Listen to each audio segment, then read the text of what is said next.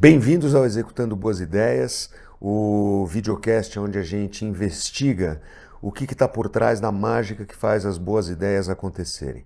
E para conversar com a gente hoje aqui, a gente trouxe o Jair Ribeiro, que além de ser um amigo de muito tempo, é um sujeito que tem uma trajetória memorável ao longo desse tempo todo, com diversas iniciativas, todas elas em maior ou menor grau, que transformaram não só a vida dele, mas a vida de um monte de gente que esteve envolvida nesse processo. Então, Jair, baita de um prazer estar aqui com você mais uma vez, tá? E eu queria começar contando um pouquinho do começo da tua trajetória de banco, patrimônio, o que aconteceu, de onde você veio, para a gente poder chegar nessas iniciativas que a gente vai conversar aqui. Bom, prazer estar aqui, Geraldinho. A gente não é pouco amigo, a gente é muito A amigo. gente é Quer muito dizer, amigo, a gente é verdade? muito amigo, a gente é muito próximo. Então, essa conversa vai ser ótima mesmo aqui. Bom, minha primeira vida foi como advogado. Eu fiz a faculdade de Direito e Economia ao mesmo tempo, mas depois eu fui em Pinheiro Neto. Mas depois lá pelos 26, 27 anos, eu quis empreender. Naquela época, um banco de investimento. Naquela época, o Brasil era um pária no mercado de capitais, né? E aí eu formei com um grupo de pessoas, o que virou o Banco Patrimônio, em parceria com uma grande instituição americana, que é a Salomon Brothers. E a gente, tipo, passou aqueles anos 90 que foram muito bons em termos de banco de investimento, com o mercado de capitais crescendo. A gente fez o primeiro IPO internacional, que era a Cruz, fizemos também a privatização da Telebrás. Tem cheio de primeiros que a gente. Cada banco coloca os seus primeiros também, mas a gente foi um momento super memorável do mercado financeiro e do mercado de capitais aqui no Brasil. E depois a gente vendeu para o JP Morgan e eu fui ficar 4 anos no JP aqui no Brasil e em Nova York. Tocava a área de equities internacional do JP em Nova York, 2001 a 2003. Daí eu voltei e tirei um sabático. E foi no sabático que eu fiz as duas coisas que eu estou fazendo até hoje, inclusive. Que eu comecei a Casa Saber e a Parceiros Educação, que a gente vai falar daqui a pouco um pouquinho mais. Depois desse sabático, eu fiz uma empresa de tecnologia com o Bradesco, a CPM Brax. Ficou grande, a gente consolidou várias empresas de tecnologia, a gente saiu sei lá, do 0 para 5 mil funcionários em um ano. Foi bem louco, assim, um período de muito trabalho. Mas depois a gente vendeu em 2010 para a Capgemini e depois em 2011 eu entrei no banco comercial, Indusval, e aí fiquei lá até 2018. E 2019 para cá, larguei todas essas coisas e tenho focado muito mais na minha paixão, que é a educação. Ô Jair, bom, você passou aqui em 30 segundos uma vida inteira de muita coisa acontecendo, né? Mas eu queria voltar um pouquinho para trás Sim. para explorar alguns pontos que são importantes, né? Quer dizer, você começou como advogado, montou o patrimônio junto com outro time de gente bacana, quer dizer, foi uma iniciativa pioneira naquele momento no tempo, porque Sim. afinal de contas vocês conseguiram inclusive essa parceria internacional É. desse calibre, né? Era uma coisa Muita que, sorte, muita pô, sorte. muita sorte, aquela coisa de sorte é uma mistura de oportunidade com preparação, né? Se você não está preparado, a oportunidade pode acontecer que você não vai conseguir capturar o valor que ela pode trazer para a mesa. Mas aproveitando quando você voltou para cá, que você resolveu tirar o teu sabático, como é que surgiu o insight, a iniciativa da Casa do Saber, começando por aí? Então, eu comecei a trabalhar com 19 anos, assim, e dos 19 até os 36, eu não sei nem que música eu tocava em rádio, sei lá o quê, porque eu era muito trabalho, depois eu casei cedo, tive filho, era trabalho e família, e então eu perdi os anos 80, por exemplo, de música, eu não sei os Silks, sei lá, eu nem acompanhei essa fase toda, porque eu estava muito focado em trabalhar, no execution, né, que é o tema aqui do podcast. Inclusive, a gente era mesmo obcecado por uma execução. Essa história de vida equilibrada, a gente naquela Você nem época, sabia o que zero. era aquilo, né? Quer Não, dizer, zero. E mesmo hoje eu não acredito muito em vida equilibrada nas fases, depende das fases. Eu vivi aquela fase muito intensamente de trabalho. Mas eu sempre tive curiosidade para conhecer mais filosofia, estudar isso, estudar aquilo. Então, depois eu vendi o banco, depois eu passei uns 4 anos entregando o banco, tirando burnout e tudo mais, eu quis tirar um sabático e eu voltei para o Brasil. Poxa, falei, então agora eu quero pensar em outras coisas. Eu quero estudar, conhecer outras coisas. E aí que nasceu de eu chamar uma galera para ir em casa, acho que você foi também, para ter aula de filosofia. Então a gente chamava um professor, o professor entregava um texto antes, e a gente, era uma terça-feira, eu estava no sabático, todo dia era sábado para mim. Então, terça-feira à noite, a gente sentava uma galera e tomava um vinho e tudo mais, e discutia um tema filosófico, e aí, e depois, sei lá, rolava um vinho, uma conversa e tudo mais. E aquilo foi crescendo, e as pessoas ligavam e falavam assim, poxa, Jair, eu quero ir na sua casa, tô rolando uns saraus, que tipo uns salões, uns salões franceses, né, naquela época. E eu falava, pô, nós estamos estudando Nietzsche, se você não entende os gregos, aqui vai ser difícil você paraquedear e tal. Mas eu senti que tinha uma demanda por isso. Mas, parênteses, só fazer tudo isso começou da tua curiosidade de conhecer um pouquinho mais, você estava aqui, você poderia ter voltado e ficado tranquilo, mas você começou a ser curioso em relação a isso e agregando pessoas em torno dessa iniciativa tua. E realmente, eu tive a oportunidade de participar de algumas naquela época e era muito legal. Era divertido. Porque era uma coisa que aguçava a tua curiosidade, teu espírito crítico, você conhecia a gente, você tinha a oportunidade de se expressar e de ouvir coisas inteligentes de professores muito legais. Você sempre teve essa pegada dessa curadoria, né, que foi uma coisa muito legal também. Né? E era uma linguagem acessível também, né? Quer dizer, você vai ler os filósofos no original, é muito difícil, mas de lá nasceu, acho que o espírito da Casa do Saber que vive até hoje, que eu acho que é quase uma obrigação do ser humano que passa aqui, sei lá, 80, 90, 100 anos na Terra, e não conhecer a riqueza cultural produzida pela humanidade. Acho que eu acho que é quase uma obrigação. Eu não quero me projetar nos outros, mas é tão, sabe, a definição de Deus Spinoza, é um negócio, uau, assim, tão legal. Ou um poema de bandeira, que o cara destrincha o poema, você vê que negócio sai, assim. Então, eu acho que para quem é curioso, eu acho que para todo mundo que pegar o gostinho, vai achar interessante isso.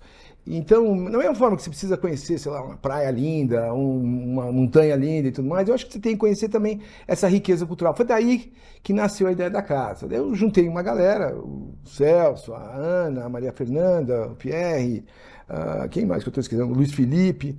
E a gente começou a bolar o negócio da Casa do Saber. O que poderia ser uma forma de provocar essa curiosidade no maior número possível de pessoas e mostrar que dá para você pegar o elevador e descer para outros subsolos, além daquela conversa rasa que está lá no dia a dia, né? Também, mas e também servir como conduir para traduzir aquela linguagem mais rebuscada, mais acadêmica, para uma linguagem acessível para essa galera, para o pessoal em geral, para as pessoas em geral, e compartilhar essa beleza que tem dessa riqueza cultural. E aí nasceu a casa. Tem uma coisa, uma característica minha, eu acho que se eu posso fazer, eu me sinto quase na obrigação de fazer. Eu sou um construtor builder, né? Então, se passa assim uma ideia interessante, que eu acho que eu posso fazer, eu tenho a capacidade de fazer, eu tenho uma certa facilidade de fazer, eu vou e faço. Não sei nem se é bom ou ruim, mas é uma característica. Que ano foi isso, Jair? Só para a gente lembrar um pouquinho, situar isso no... Foi 2003 e 2004. 2003 e 2004. Aí vocês optaram por fazer um espaço físico da Casa do Saber, né? Foi. Era um lance de... aliás, muito perto da sua casa, até na Mário Ferraz, um predinho de 3 andares, mas as salas de aula não eram salas de aula normais, assim, não eram... Então era uma cópia da minha casa. Era um ambiente. Era uma cópia da sala de estar da minha casa. Então tinha as puffs, tinha um tapete gostoso, tinha poltronas, tinha sofás. Então era uma coisa diferente mesmo. E nasceu, a inspiração veio da minha casa mesmo, para replicar a sala de casa numa sala. Você vê que coisa interessante, né? Quer dizer, foi uma iniciativa que você começou, disso surgiu mais um grupo de pessoas que se juntou a essa iniciativa e vocês começaram a encontrar um caminho para poder levar isso para a rua, literalmente, né? E a Casa do Saber, na minha visão, me corrija se eu estiver errado, ela estabeleceu uma tendência, que era a tendência das pessoas entrarem um pouquinho mais para dentro, aprenderem através de uma linguagem mais acessível, como você colocou, mas de entrar em alguns assuntos, e aquilo começou a criar um assunto de discussão. Para aqueles que não sabem, hoje a Casa do Saber é uma plataforma digital importante. Hoje tem dezenas de milhares de assinantes. Tem mais de 300 cursos lá dentro. Hoje a casa, quer dizer, aquela casa física deixou de existir e hoje ela é totalmente digital. Então a gente democratizou muito mais esse conhecimento. Agora, naquele momento no tempo, a casa estabeleceu uma determinada tendência, né? Eu me lembro disso. O Casa do Saber era um negócio que era cool, era legal de você Virou estar lá.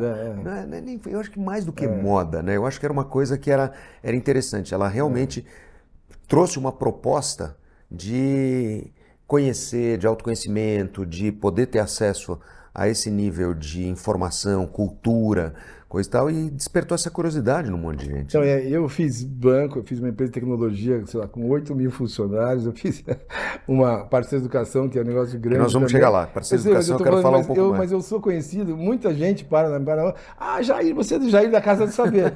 Quer dizer, é curioso. E muita gente chega para mim e fala assim, não, poxa, a Casa do Saber mudou minha vida, não, lá encontrei sei lá quem. Quer dizer, é muito gratificante isso para mim, assim, muita gente eu não conheço, não tem a menor noção quem é, chega para mim, não, você é o Jair da Casa do Saber. Eu falei, sou o Jair da Casa do Saber. É isso mesmo, né? Sou eu, Jair da Casa do Saber.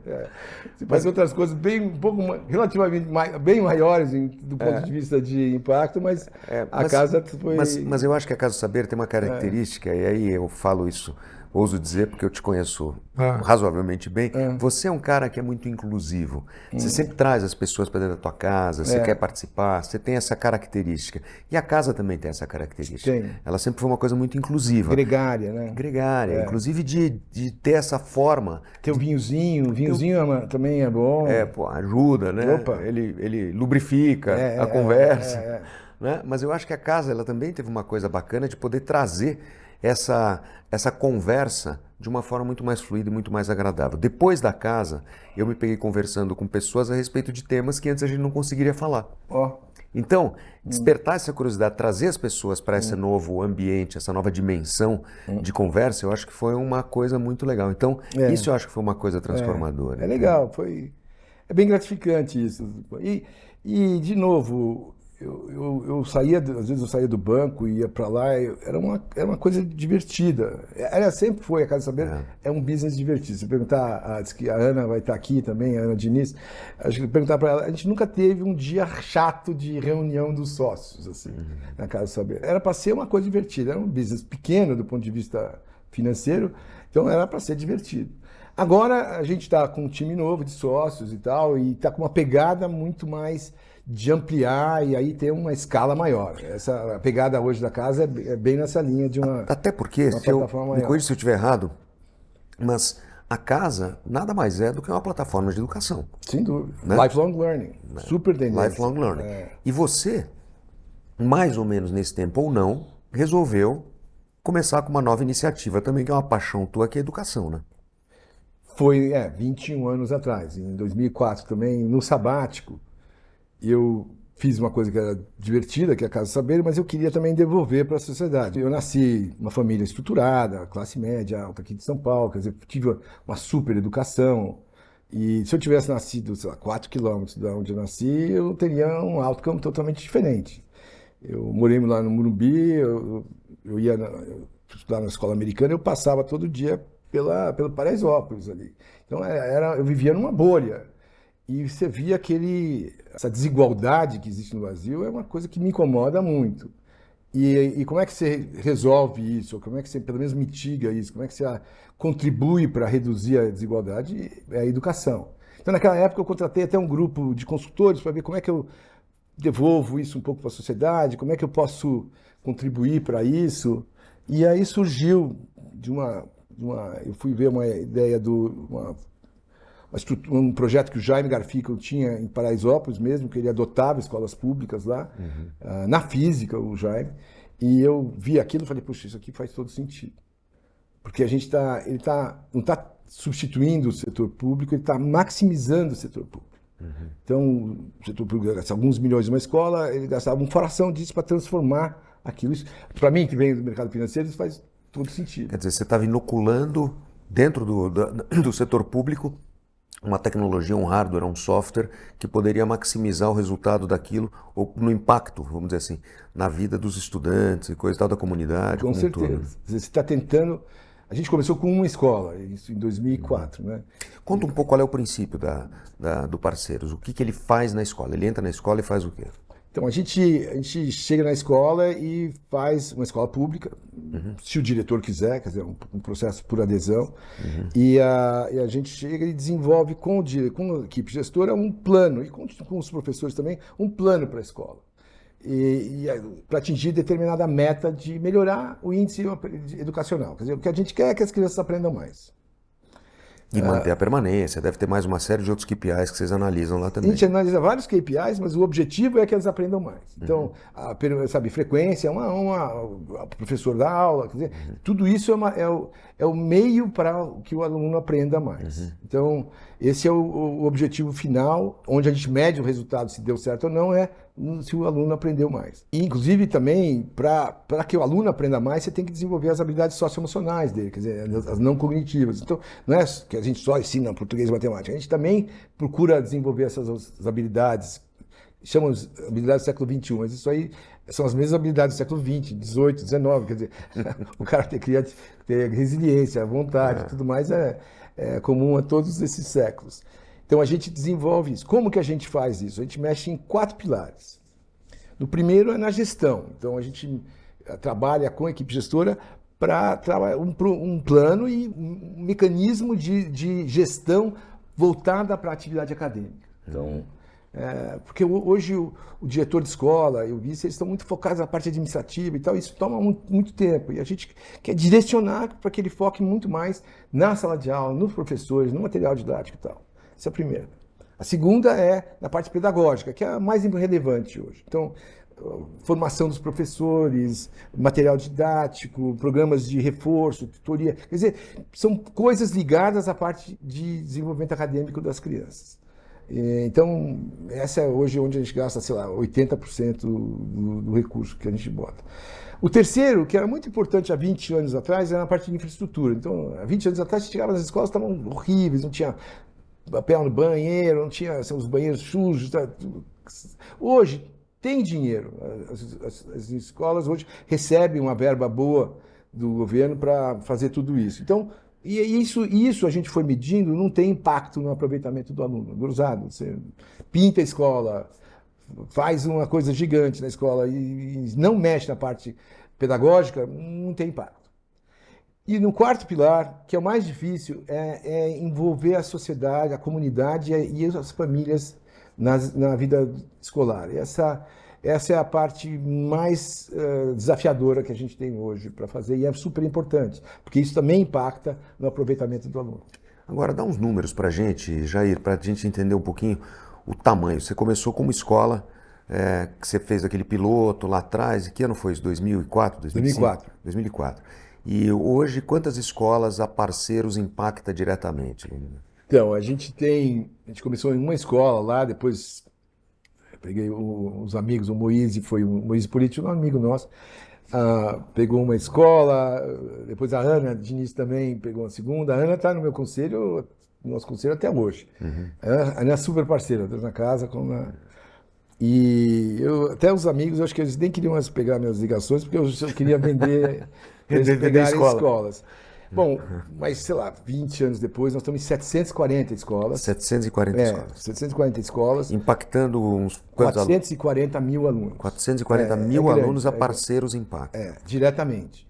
Então, a gente tem parceria com escolas, com diretorias regionais, quer dizer, a rede estadual é dividida em 91 diretorias regionais, a gente está em 5 diretorias regionais, e a gente trabalha com vários municípios. E por que é assim? Porque a gente quer entender o que rola na escola, a gente quer entender o que rola no nível da diretoria e o que rola no nível dos municípios, as redes municipais.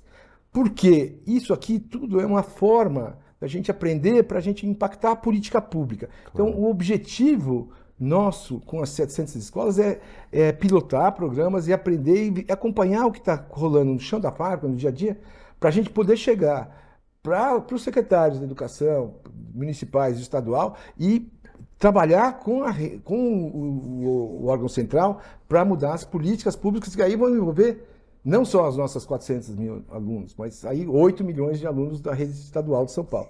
Então, nosso objetivo da Parceiros Educação é transformar a educação paulista numa referência mundial em termos de qualidade de educação. E Jair, a Parceiros vem fazendo um trabalho espetacular, tanto é assim que você conseguiu captar todos esses recursos e executar, investir esses recursos da forma correta, que veio vindo mais. Não só veio mais recursos, como você recebeu uma série, a Parceiros, vamos dizer assim, recebeu uma série de prêmios internacionais e ultimamente até um endowment importante que aconteceu no ano passado. Fala um pouquinho disso aí pra gente.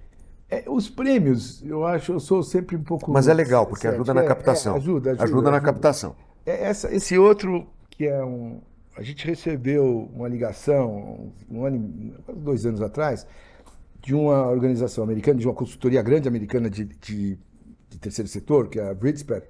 Falou assim, olha, tem um doador aqui que quer analisar vocês para fazer uma doação. Eu falei, puxa, isso aí, Papai Noel, o cara liga aqui para dar dinheiro. A esmola é muito santo desconfiando. Cadê a câmera escondida da pegadinha? Eu falei, tá bom, ok. Eu conhecia a organização, acompanhava eles e tal. E aí eles vieram, passaram 4 meses fazendo uma due diligence lá na Parceiros.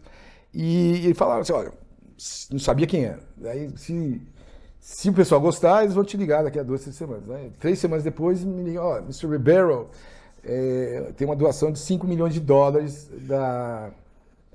da Fundação Yield, isso é público, então da Mackenzie Scott, que é ex-Bezos, e no strings attached, você pode fazer o que você quiser com o dinheiro, não precisa mandar um relatório para a gente do que está rolando, o que você vai fazer com esse dinheiro, e também não peça mais, assim, 5 milhões aqui tá, e tchau. E foi esse sim, eu acho que para mim foi mais relevante, não pelo valor, mas porque esse pessoal realmente fez um due diligence. Foi lá, levantou o tapete, viu o que tinha. Eles viram como vocês estavam investindo. Viu como estava. Isso, né? Então foi uma chancela. Uma chancela muito mais importante do que alguns prêmios que a gente ganha e tudo mais, assim, que eu acho que os critérios não são tão objetivos como esse. Então foi muito legal isso, foi muito legal. Hoje qual que é o teu papel na Parceiros? Eu sou ainda presidente do conselho, sou presidente da organização do dia a dia, tenho um diretor-geral que toca o dia a dia, mas hoje, sei lá, eu gasto 70% do meu tempo na Parceiros Educação. E muito mais focado na política pública. Então hoje eu almocei com, sei lá, o vice da Secretaria de Educação, amanhã eu tenho uma reunião com o pessoal da área de formação de professores, hoje eu tive uma reunião lá na Parceiros, quer dizer, eu estou super, eu gosto disso, eu gosto de estudar isso, eu acho um desafio intelectual incrível, e além de ser bacana, você está ajudando uma opção de gente, mas eu acho um super desafio, muito mais legal do que fazer banco, sei lá, correr atrás dessas coisas. Você estava falando antes da gente, eu queria explorar mais essa tua última experiência que você teve agora internacional, que é um negócio legal, que eu queria saber também, porque você não teve oportunidade de me contar ainda pessoalmente. Mas antes disso, antes da gente começar essa conversa aqui na frente das câmeras, você estava me falando da analogia e da importância da execução dentro da educação. Né? Você não quer explorar um pouquinho mais e agora falar isso ao vivo pra gente aqui? Porque eu te interrompi até quando você começou a falar, eu falei, não, isso aqui é conversa pra gente fazer... Não, é porque o seu podcast é sobre execução, execução, né? É a respeito de como executar a ideia, né? E o que é. Tem até uma frase do Alexandre Gama, meu ex-sócio, que você conhece bem, que falou assim, a execução é uma arte, entendeu? Da qual a ideia é uma parte. Eu achei isso interessante, né? Mas enfim... No mundo corporativo, quer dizer, é um mantra já. It's all about execution. Execution. É um mantra já. Tem livros sobre isso e tudo mais. E é curioso, porque eu tinha um banco. O modelo de negócio era muito parecido com o meu banco da esquina. Não era diferente. O que fazia ser mais bem-sucedido ou menos-sucedido é a questão da execução. Então, no mercado empresarial, o foco é muito na execução.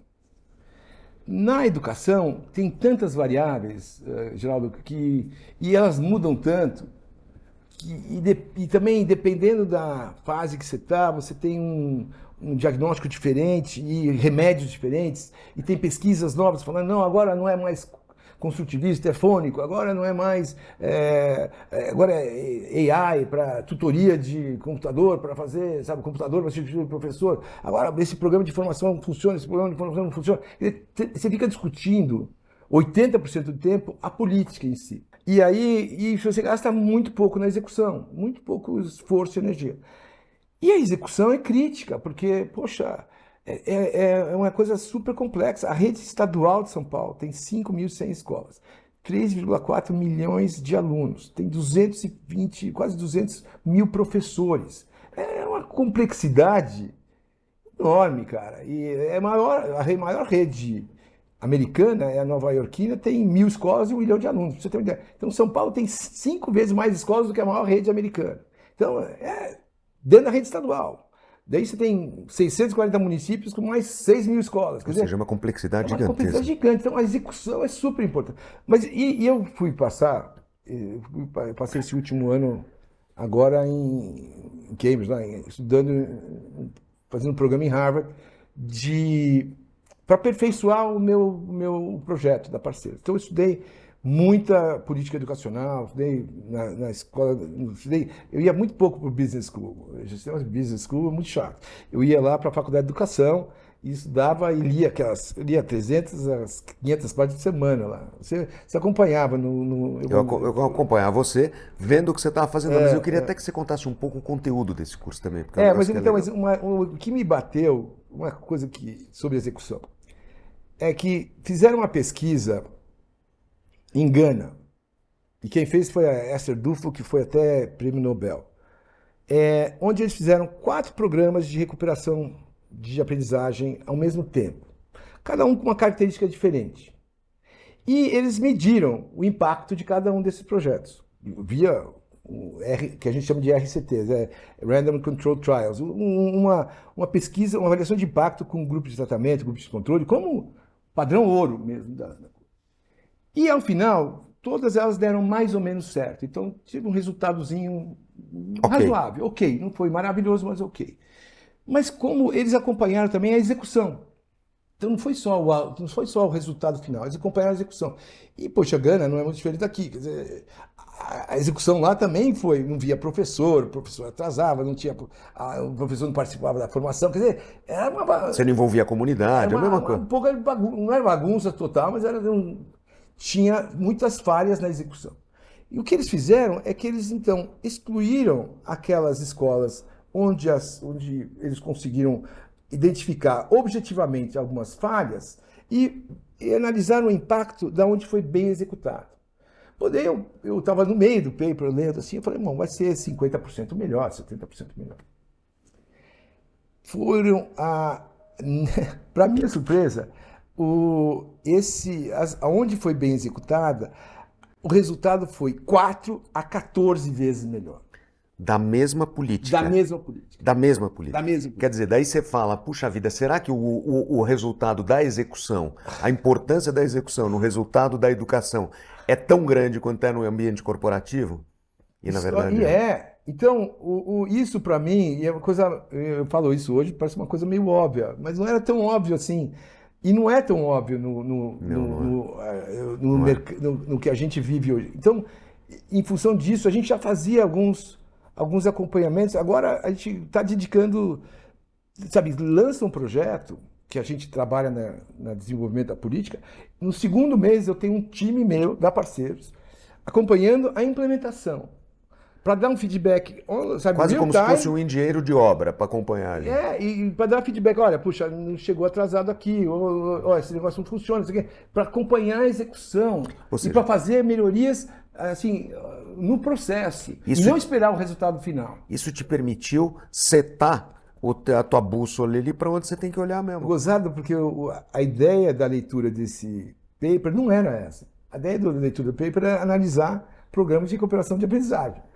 Daí eu lendo o paper, eu falei assim, não, mas eu não me preocupo menos com o programa em si, porque isso varia, é muito próprio lá de Gana. Mas, poxa, o mais legal é o impacto que a execução teve. Mas isso é uma coisa que é interessante, que é aquela coisa do Rembrandt no sótão, né? Você compra uma casa, você paga um determinado preço, você vai ver o sótão, tinha um Rembrandt lá em cima. Então você estava pegando um texto. E aí essa curiosidade de você entrar dentro do texto, entender o que você pode pescar dali e aplicar isso no teu negócio, que faz uma enorme diferença. Eu li esse texto umas 3, 4 vezes para ver, certificar que eu estava realmente entendendo direito a coisa, porque esses textos são bem acadêmicos, né? Claro. Um texto. E até escrevi um paper sobre isso e distribuí para, 200 e tantos formadores de opinião aqui e tal. E a gente está estou redirecionando uma boa parte dos esforços dos parceiros também. Muito legal. O Jair, me conta um pouco o que foi o conteúdo desse. Agora é curiosidade minha mesmo, tá? O que foi o conteúdo desse curso? Você passou um ano lá? Esse curso é um programa que já tem, sei lá, a 17ª versão dele, cohort dele.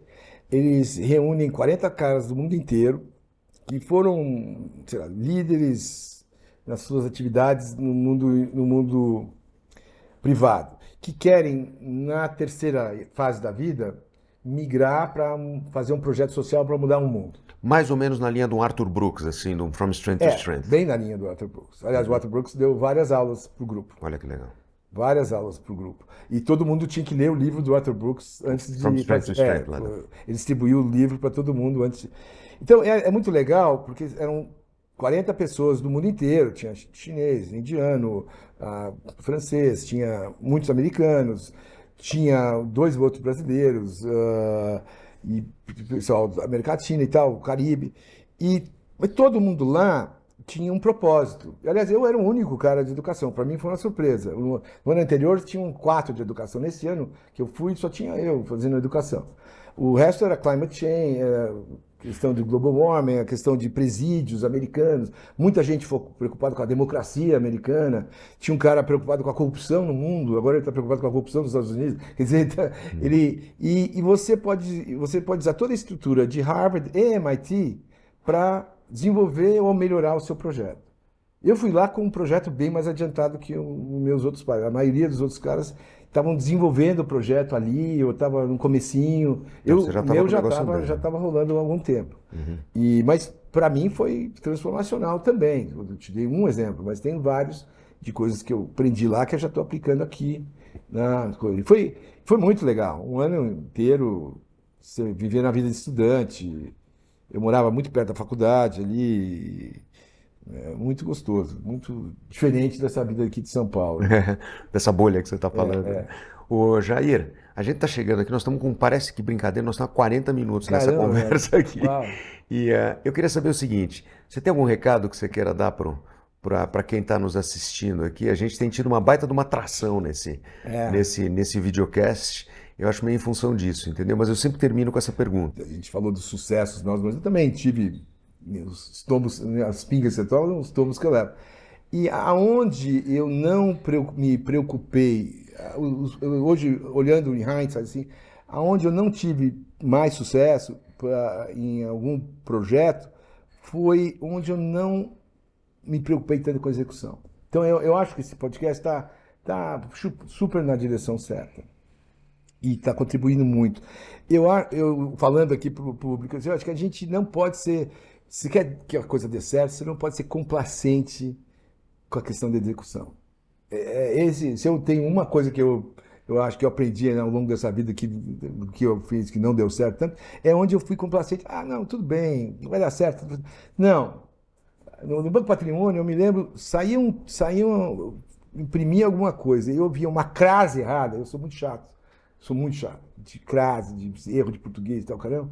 E eu mandava voltar e imprime de novo. E assim, não tinha complacência. Não, era excelência no trabalho. E isso acho que fez uma super diferença. A parceiros, eu acho que hoje eu até sou muito mais rígido e cobro muito mais o time da Parceiros até do que eu cobrava nas minhas atividades empresariais. Porque a gente está mexendo com vida de gente, das crianças. Então, poxa, quer coisa mais importante do que impactar, sei lá, 3 milhões, alguns milhões de crianças aqui em São Paulo. Então, nós, a Parceiros, temos que ter um foco enorme em excelência. Então, eu acho que essa é uma mensagem que reitera um pouco o objetivo disso aqui, que é focar na execução. Eu não tenho mais nada para falar depois disso que o Jair falou aqui, meu velho.